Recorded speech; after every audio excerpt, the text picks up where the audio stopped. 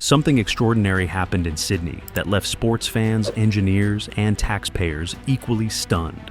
A brand new stadium, built with cutting-edge technology and costing close to $1 billion, turned into a waterlogged mess just 3 years after opening its doors. Players were splashing through puddles during professional matches, and what should have been Australia's premier sporting venue became the laughingstock of the nation. The situation got so bad that officials had no choice but to shut down the entire facility and rip up the playing surface. This isn't your typical construction mishap.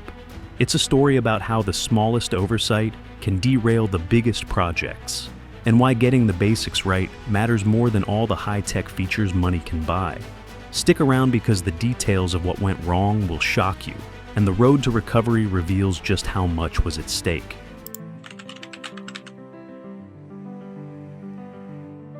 The nightmare began showing its face during the 2024 season, and by 2025, everyone could see that Allianz Stadium had a serious problem. During matches, rainwater pooled across the pitch instead of draining away like it should. Players found themselves running through water deep enough to cover their ankles, struggling to control the ball on what felt more like a rice paddy than a professional sports field. The complaints started rolling in fast. One team captain didn't mince words when he described it as the worst playing surface he'd encountered in his entire career. Social media erupted with videos showing athletes kicking up sprays of water with every step, and fans who paid good money for tickets watched matches that looked more like water polo than football. The women's state of origin became a particularly embarrassing moment when television cameras captured players visibly struggling with the soggy conditions. What should have been a showcase event turned into a public relations disaster. Sydney FC, one of the main tenants, saw their home games repeatedly affected by the flooding. The club's frustration grew with each waterlogged match, and behind closed doors, talks of compensation claims started circulating. Officials tried downplaying the situation at first, suggesting it was just bad luck with weather patterns, but the evidence kept mounting. Independent drainage tests revealed numbers that left experts shaking their heads in disbelief. The playing surface was draining at roughly 40 millimeters per hour. Professional stadiums are supposed to handle between 300 and 600 millimeters per hour. This meant the field was performing at barely 1/10 of acceptable standards. Rain that should have disappeared within minutes was sitting on the surface for hours, sometimes days. Groundskeepers tried everything they could think of. They brought in industrial fans, used special squeegees, and even resorted to pitchforks in desperate attempts to aerate the soil and speed up drainage. Nothing worked because the problem ran deeper than anyone initially realized. By mid-2025, the situation reached a breaking point. Premier Chris Minns faced mounting pressure to address what had become a full-blown crisis. The stadium had cost taxpayers $828 million, and here it was, barely functional for its primary purpose. Questions started flying about who knew what and when. So, how does a brand new facility, built with supposedly world-class standards, end up with drainage worse than suburban parks? Before we dive into what caused this expensive disaster, you need to understand what this stadium was supposed to represent and how much engineering brilliance went into building it.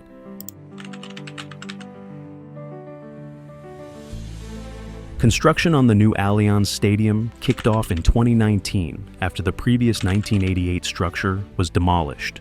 The old venue had been declared unsafe and outdated, sparking political battles that nearly killed the project before it started. Protesters argued the money could be better spent elsewhere, and court challenges tried blocking the bulldozers. Despite the controversy, demolition went ahead at a cost of $40 million, with crews managing to recycle 85% of the materials instead of sending them to landfills. The site at Moore Park presented immediate challenges. The ground wasn't stable enough to support a massive structure without serious foundation work. Engineers drilled close to 1,500 deep piles into the earth, searching for solid bedrock that could bear the weight of what they planned to build above. On top of these foundation pillars, they poured 90,000 square meters of concrete, roughly equivalent to 11 professional football fields laid side by side. The total concrete used hit 40,000 cubic meters, enough to fill 16 Olympic swimming pools. Then came the roof. And this is where the engineering team really showed what they could do. Traditional stadium roofs rely on heavy steel beams that require enormous amounts of material. The Allianz design team wanted something lighter and more efficient. They created what's called a synclastic diagrid shell, essentially a massive crisscross network of steel beams shaped like a curved potato chip, suspended over the seating bowl. This roof weighs 2,000 tons, yet uses 40% less steel than conventional designs. Every single one of the 4,000 steel components was cut to precise measurements by computer-controlled machines. Normally, connecting all those beams would require over 500 different types of joints, each one custom-made and time-consuming to install. Engineers wrote special computer programs that simplified the entire structure down to just 5 standard joint types. This innovation alone saved 6 weeks of construction time and reduced the chances of errors during assembly. Rather than building the roof piece by piece high in the air, workers assembled 85% of it on the ground in massive modules weighing up to 130 tons each. Giant cranes then lifted these sections into position and bolted them together with 32,804 fasteners. The roof covering uses 2 different high-tech materials. The outer layer consists of white PTFE fabric designed to last at least 50 years. This material reflects sound back down into the stadium, amplifying crowd noise for players while keeping it from disturbing nearby residents. The inner edge features clear ETFE panels, the same stuff used on famous structures like the Eden Project. These panels weigh 20 times less than glass but allow 90% of sunlight through, keeping the grass healthy underneath. Outside, workers installed 980 bronze-colored panels, stretching 1.7 kilometers in total length. The stadium incorporated 400 solar panels, generating 176 kilowatts of power, equivalent to the pollution reduction of planting 1,200 trees. A rainwater collection system captures runoff from the roof, filters it, and uses it to flush the building's 1,289 toilets, saving massive amounts of water annually. The seats feature Aboriginal artwork by Tony Albert called Two Worlds Colliding, one of the largest indigenous artworks anywhere on Earth. Allianz Stadium opened in August 2022, delivered on time and on budget. It looked spectacular, functioned beautifully, and received praise from everyone who visited. Then the rains came, and the accolades turned to accusations.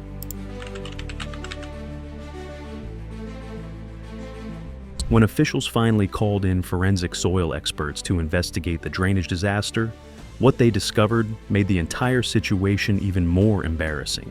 The sand layer underneath the grass, which serves as the primary drainage medium, was contaminated with clay and silt. Proper sports field sand should contain no more than 2% clay content. Testing on the Allianz pitch revealed clay levels hitting 9%, more than 4 times the acceptable limit. Clay particles are microscopic and packed together tightly when wet, essentially creating a barrier that prevents water from moving through the soil. This explained everything. Rain hitting the surface had nowhere to go, because the sand layer that should have been porous and free-draining was instead acting like a sponge that couldn't be wrung out. The problem existed from day one, built right into the foundation of the playing surface during construction. The investigation uncovered a stunning quality control failure. During the construction phase, the sand supplier delivered material that was never properly tested before being laid down. Standard procedure requires rigorous laboratory analysis of sand samples to verify they meet specifications for particle size distribution and clay content. Someone either skipped this step entirely or failed to act when test results came back outside acceptable parameters. Either way, thousands of tons of contaminated sand got spread across what was supposed to be Australia's premier stadium. Premier Chris Minns had to face the media and explain how such a fundamental mistake happened on a project costing $828 million. The optics were terrible. Taxpayers had funded what was marketed as a world-class facility, and it couldn't handle basic rainfall. The government demanded answers from the construction contractors, and lawyers started examining warranty provisions in the contracts. Fortunately for taxpayers, the stadium was still under warranty when the problem became undeniable. This meant the builders would have to foot the bill for repairs, rather than passing costs to the public. Independent review committees confirmed what many suspected from the start. This wasn't a design flaw or an unavoidable engineering challenge. It was pure negligence in quality control during construction. The right sand exists, the correct specifications were known, and proper testing protocols are standard industry practice. Someone simply didn't do their job, and the consequences were now playing out on television screens across the country every time it rained. Fixing the problem would require tearing up the entire playing surface, removing all the contaminated sand, and replacing it with properly tested material. The estimated cost came in around $6 million, a drop in the bucket compared to the original construction budget, but a massive headache for everyone involved.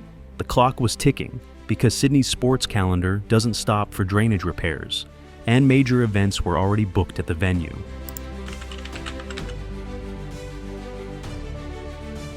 In September 2025, officials announced that Allianz Stadium would close for 10 weeks to undergo emergency repairs.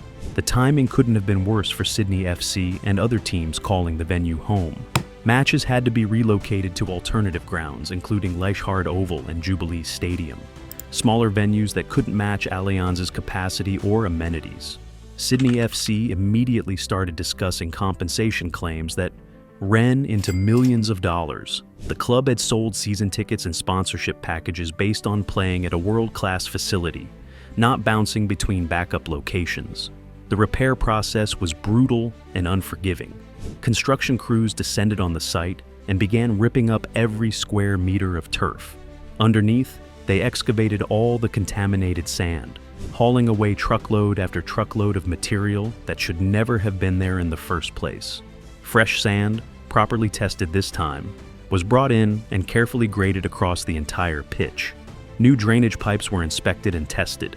Every step was documented and verified by independent consultants who weren't about to let another quality control disaster slip through.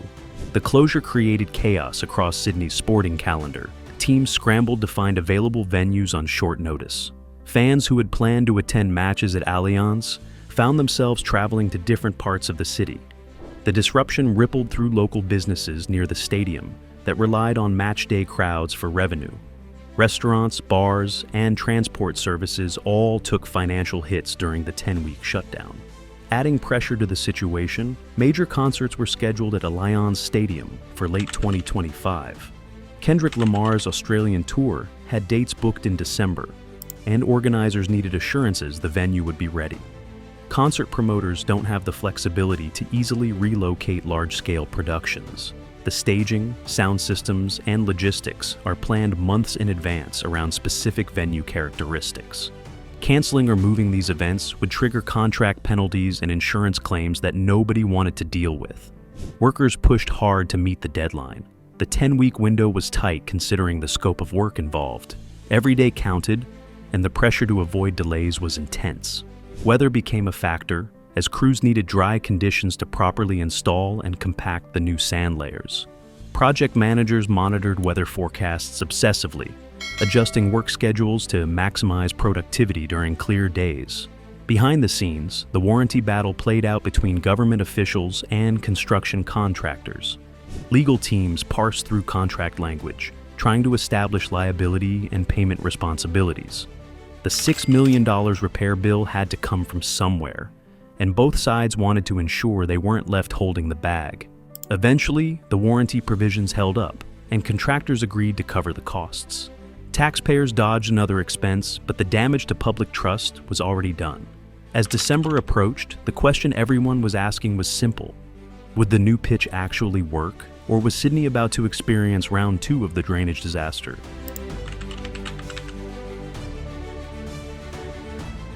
Allianz Stadium reopened to the public in December 2025 for the Kendrick Lamar concerts, and the new playing surface looked pristine. The grass was lush and green, and more importantly, drainage tests confirmed the pitch was now performing at professional standards. Water was disappearing at rates between 300 and 600 millimeters per hour, exactly where it needed to be. The contaminated sand was gone, replaced with properly specified material that had been tested extensively before installation. Sydney FC made their triumphant return home on January 18, 2026, hosting Wellington Phoenix in their first match back at Allianz. The significance wasn't lost on anyone. After months of playing in exile at smaller venues, the team was finally back where they belonged. Players and fans alike were eager to see if the repairs had actually solved the drainage nightmare, or if the problems would resurface with the first heavy rain. Early reports from the January match were overwhelmingly positive. The pitch played beautifully, with players commenting on how good the surface felt under their feet. The nightmare scenario of ankle-deep water seemed to be in the past. Stadium officials had implemented enhanced quality control measures and monitoring systems to ensure the drainage performance stayed consistent. Regular testing would be conducted to catch any potential issues before they became serious problems. The Sydney Derby, one of the biggest matches on the local calendar, is scheduled to take place at the fully operational stadium later this season. It will serve as another major test of whether the repairs hold up under heavy use and varying weather conditions. The pressure is on for the venue to perform flawlessly after everything that's happened. Looking at the bigger picture, the $828 million price tag that generated so much controversy seems even more complicated now. On one hand, the stadium delivered remarkable engineering achievements with its lightweight roof, sustainable features, and striking design. It created 1,100 jobs during construction and directed over $500 million in contracts to local businesses. The venue is designed to serve Sydney for the next 50 years, with facilities that work for both men's and women's sports, and hundreds of accessible seating options for people using wheelchairs. On the other hand, the drainage disaster exposed how even the most expensive and technologically advanced projects can fail at basic fundamentals. However, Allianz Stadium stands today as both a triumph and a cautionary tale. The floating steel cloud still hovers magnificently over the seats, the bronze panels still gleam in the Sydney sun, and the Aboriginal artwork still honors the land beneath it.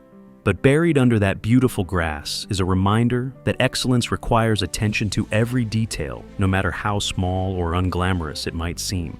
What's your take on this whole situation? Do you think the stadium was worth the massive price tag despite the drainage disaster? Drop your thoughts in the comments below. If you found this story as wild as we did, hit that like button and subscribe for more deep dives into the world's most ambitious construction projects. Thanks for watching.